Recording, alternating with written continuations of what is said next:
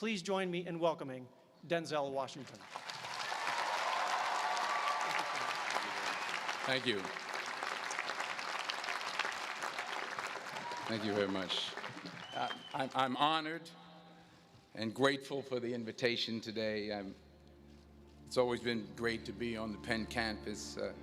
I've been here before a lot of times for basketball games. My son played at the Palestra, played on the basketball team. Yeah, that's right. He played on the basketball team.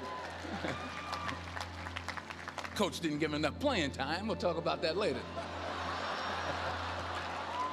No, but I'm really pleased with the progress that Coach Allen has made, and no, I do. I am. I really am, and I hope him the best success in the future. And you know, I always get a warm welcome when I come to Pennsylvania, when I come to Philadelphia, except on the few occasions where I wear my Yankee cap. But still, I'll be honest with you, I'm a little nervous. I'm not used to speaking at a graduation of this magnitude. It's a little overwhelming. It's out of my comfort zone. You dress me up in army fatigues or throw me on top of a moving train, someone said unstoppable, or ask me to play Malcolm X, Reuben Hurricane Carter, or Alonzo from Training Day. I can do that. But a commencement speech, it's a very serious affair, and it's a very different ball game. There are literally thousands and thousands of people here. And for those who say, well, you're a movie star, millions of people watch you and watch you speak all the time, well, that's true. That's technically true. But I'm not actually in the theater watching them, watching me. I was thinking about this speech, what I should say. I figured the best way to keep your attention would be to talk about something, you know, really like juicy Hollywood stuff. Like, I thought I could talk about me and Russell Crowe getting in arguments on the set of American Gangster, or, but I said, no, you're a group of high-minded intellectuals, you're not interested in that. So now you're probably thinking, if it was gonna be this difficult, this much pressure, why did I even accept today's invitation in the first place? Well, you know, my son goes here, that's number one. That's a good reason. And I always like to check to see how my money's being spent. So I had to be here. I had to come. Even though I was afraid I might make a fool of myself. In fact, if you really want to know the truth, I had to come exactly because I might make a fool of myself. Now, what am I talking about? Here it is. I found that nothing in life is worthwhile unless you take risks. Nothing. Nelson Mandela said, there is no passion to be found playing small and settling for a life that's less than the one you're capable of living. Now, I'm sure in your experiences in school and applying to college and picking your major and deciding what you want to do with life, I'm sure people have told you to make sure you have something to fall back on. Make sure you got something to fall back on, honey. But I never understood that concept, having something to fall back on. If I'm going to fall, I don't want to fall back on anything except my faith. I want to fall forward. I figure at least this way I'll see what I'm going to hit. Fall forward. This is what I mean. Reggie Jackson struck out 2,600 times in his career, the most in the history of baseball. But you don't hear about the strikeouts. People remember the home runs. Fall forward. Thomas Edison conducted 1,000 failed experiments. Did you know that? I didn't know that. Because the 1,001st was the light bulb. Fall forward. Every failed experiment is one step closer to success. You've got to take risks, and I'm sure you've probably heard that before, but I want to talk to you about why that's so important. I got 3 reasons, and first, you will fail at some point in your life. Accept it. You will lose. You will embarrass yourself.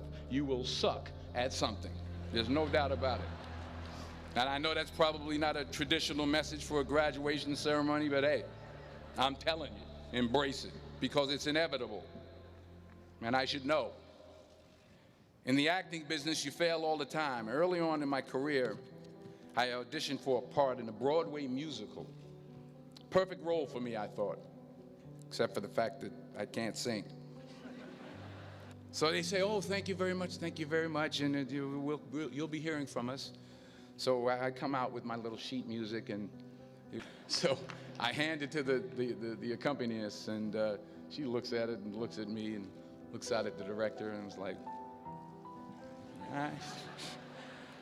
And I'm not saying anything, so I'm thinking I'm getting better. So I just start getting into it. Thank you very much, Mr. Washington, thank you. So I assumed I didn't get the job. But the next part of the audition, he called me back. The next part of the audition is the acting part of the audition. So I'm like, hey, okay, maybe I can't sing, but I know I can act. So they pair me with this guy, and again, I didn't know about musical theater. And musical theater is big, so they can reach everyone all the way in the back of the stadium. And I'm more from a realistic, naturalistic kind of acting where you actually talk to the person next to you. So I don't know what my line was. My line was, well, hand me the cup. And his line was, well, I will hand you the cup, my dear. The cup will be there to be handed to you. I said, oh, okay. Well, should I give you the cup back? Oh, yes, you should give it back to me, because you know that is my cup and it should be given back to me. I didn't get the job.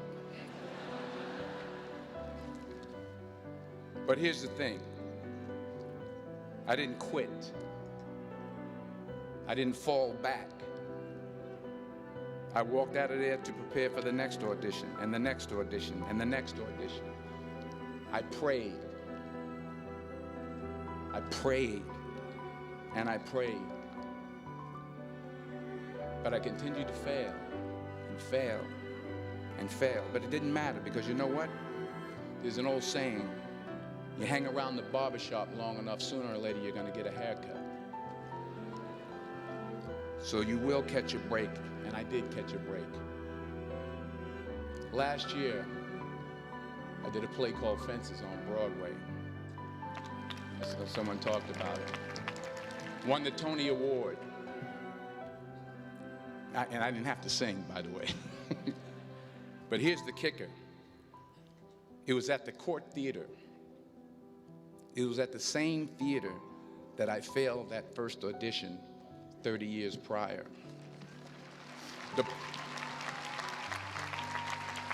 The point is, and I'll pick up the pace, the point is, every graduate here today has the training and the talent to succeed.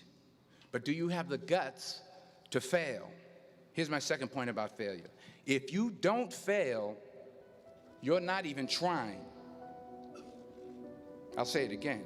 If you don't fail, you're not even trying. My wife told me this great expression.